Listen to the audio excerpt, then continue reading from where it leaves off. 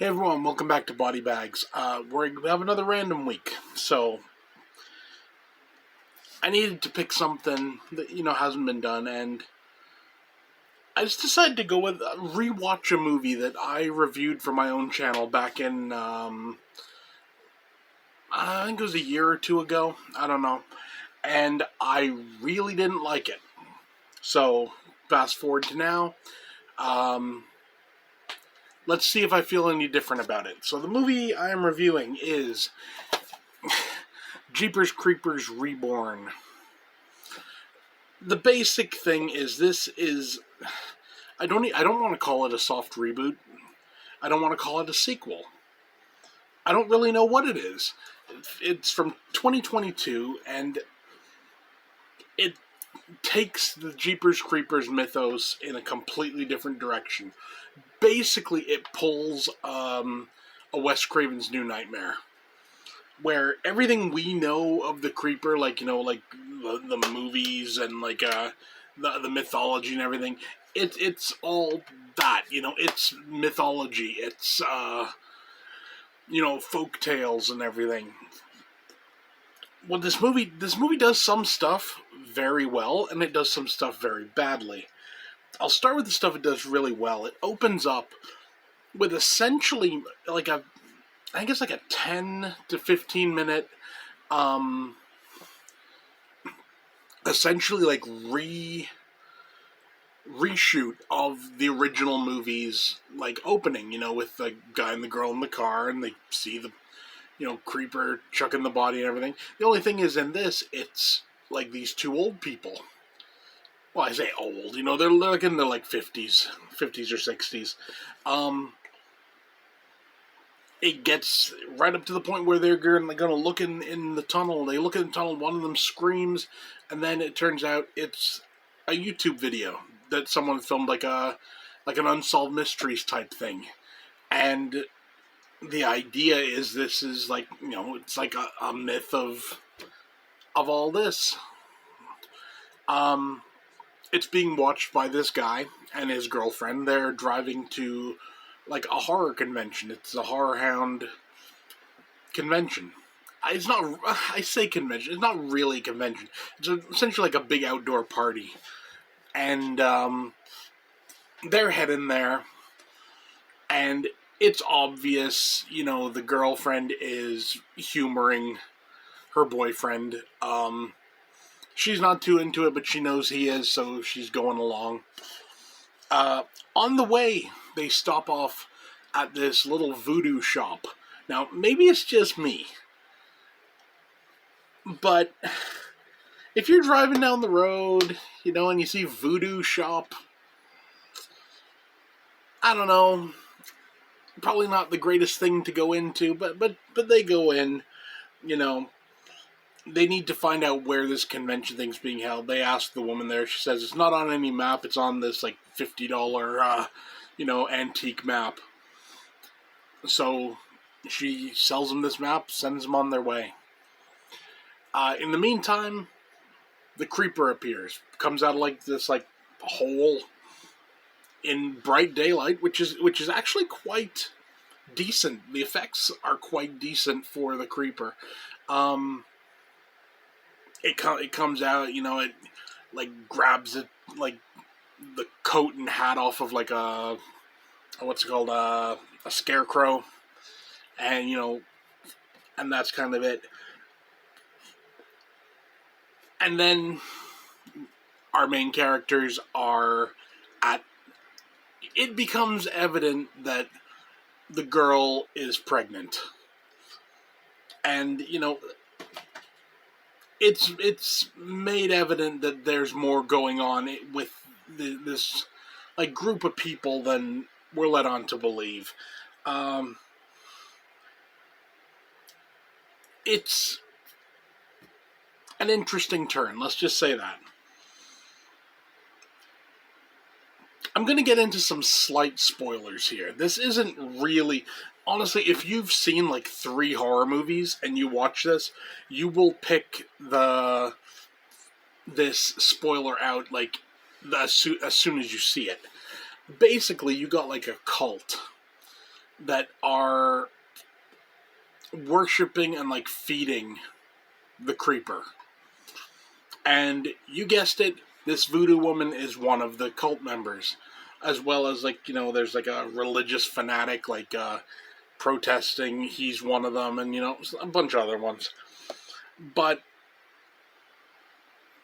it's kind of neat because it's like the idea like these are the people that essentially take care of the creeper's stuff when it's asleep. So like I'm assuming like they're the ones like care for his truck and everything. You know, it's weird, but you know it kind of works. So all this is going on. You know something's up. They end up having like this big raffle. And, you know, if you win, you're going to get to go to, like, this creeper-themed escape room. Our two main characters win. It's obvious from the get-go they have been made to win. Because the person picking it is our voodoo shop woman. And she swaps out all the tickets with, I guess, their names or whatever. So they win. They're taken along with, like, this, like, you know, semi-YouTube celebrity type person, and they're gonna go and they're gonna film like this escape room. It's not an escape room, it's a trap. The creeper's there, you know. It wants to eat, let's just say that. Now, at about the, 45, 50-minute mark, something really weird happens in this movie. Up until this point, this movie has been shot really nice. Like, all the outdoor shots are really solid. All the effect shots are really solid. Everything is really solid. At about the 45-minute mark, though, it's like some genius said, you know what, let's film this all on a green screen and just, like, computer generate the entire set. Because that's I don't know if that's the case, but that's genuinely what it feels like. There are scenes, like, once they leave the party and they get to this house and everything, there are scenes, like, where you look at it and you're like, all of this background is CG. It doesn't look natural. It doesn't look like a set. It doesn't look like anything. It looks like a video game. So I don't know whether that was just a money thing, like they just, you know, they wanted to push it a bit further than they had the budget for, so they ended up using CG for it. I would have been better, honestly, just, you know, keep it simple, but, you know, is what it is.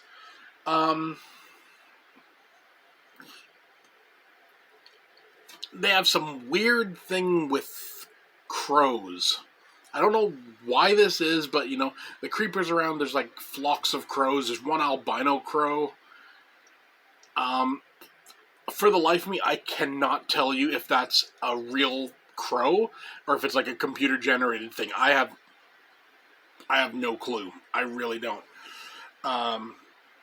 It's odd, to say the least. So, yeah. In the meantime, we've been getting some kills. The kills are pretty good, honestly, I gotta say. Decent gore. One thing, though, I have to bring up. This doesn't have Jonathan Breck as the creeper. It has someone else. I don't know who it is. But I'll say this. There are moments of awesomeness in his performance, and there are moments of just Like, there's this one moment where he's like, you see him, he's really pissed, and he's like walking towards the door. You genuinely feel like this, like this guy means business. Like, there is some violence heading towards you. But other times, you know, he's just kind of blah most of the time. But there's those few moments that are really solid. Now, I have one major gripe with this movie. And it's not even with the movie itself. The creeper has a record player, and he keeps putting this song on. Now, you would assume, being called Jeepers Creepers Reborn, it would be the song Jeepers Creepers. I guess they couldn't get the rights to it or something, I don't know, but they put on this, like, generic, like, dollar store version. It's like, it uses, like, some of the words, it uses, like Jeepers, it uses, like, creepers, it uses peepers, but it's not right. Honestly,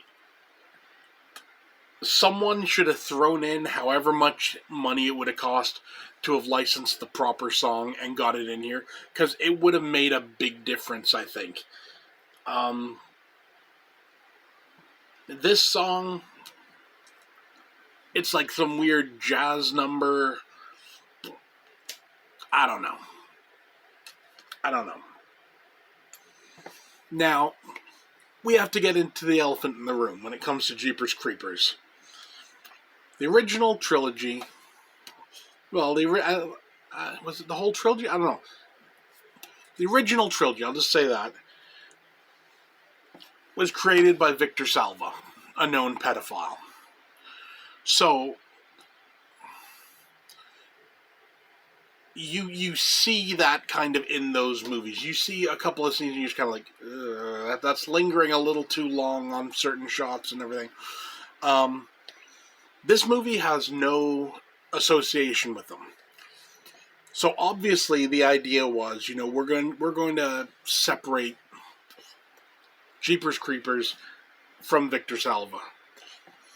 And I guess this is the only way to really do it. So it is what it is that way. But could this have been done better? Yes. But is this a bad movie? No, it's not. It's actually a pretty decent little movie. Is it a good Jeepers Creepers movie? No, it's not. This is like, let's put it this way. If you enjoyed Wes Craven's New Nightmare, you like the whole idea, like the whole meta thing, and you like the, like the blurring of the lines, almost like between like fantasy and reality, you'll probably like Jeepers Creepers Reborn, because it covers a lot of the same type of stuff. But I don't think anyone is going to argue that, like, if you put this up against Jeepers Creepers 1 or 2, it's it's the low man on the totem pole, so to speak. Even Part 3, honestly, is I really don't like Part 3, but it's a better movie than this, even though if you were to ask me which I'd rather watch, I'd watch Reborn before I would watch Part 3 again, because Part 3 was just stupid. So yeah. Final verdict is, this is a decent enough little movie. Let me put it this way. I bought this for $5. Found it at Walmart on DVD. I am perfectly fine with this. I don't think I'll ever be upgrading to Blu-ray. It's not worth it. It is what it is. It's an oddity. It's an oddity in the Jeepers Creepers series. And you know what? I've been coming to the conclusion over the years that the oddities are something kind of special, honestly, The oddities in a franchise tend to, over time, grow on you. Halloween 3 has grown on me. Friday the 13th Part 5 has grown on me. The odd one out. And this has kind of grown on me. So for a rating, what do I give this? I give this an 8 out of 10. It's a decent enough little film. Just don't go in expecting what you've seen before of Jeepers Creepers. Go in expecting something like New Nightmare, you'll probably be fine. You'll have a decent enough time. The acting's okay. It's got Dee Wallace in it, so that's always a good thing. Like I said, could it have been done better? Yes, but a lot of that probably comes down to the budget, because, like I said, when you start doing CG sets, Disney can pull off CG sets. Just random little movies, no. Just find a location, run with that. It just works better. So yeah, there you go. 8 out of 10, Jeepers Creepers Reborn. Not as bad as I remember. Still not great, but you can do worse, let's say that. So yeah, that's it for me. See you next time.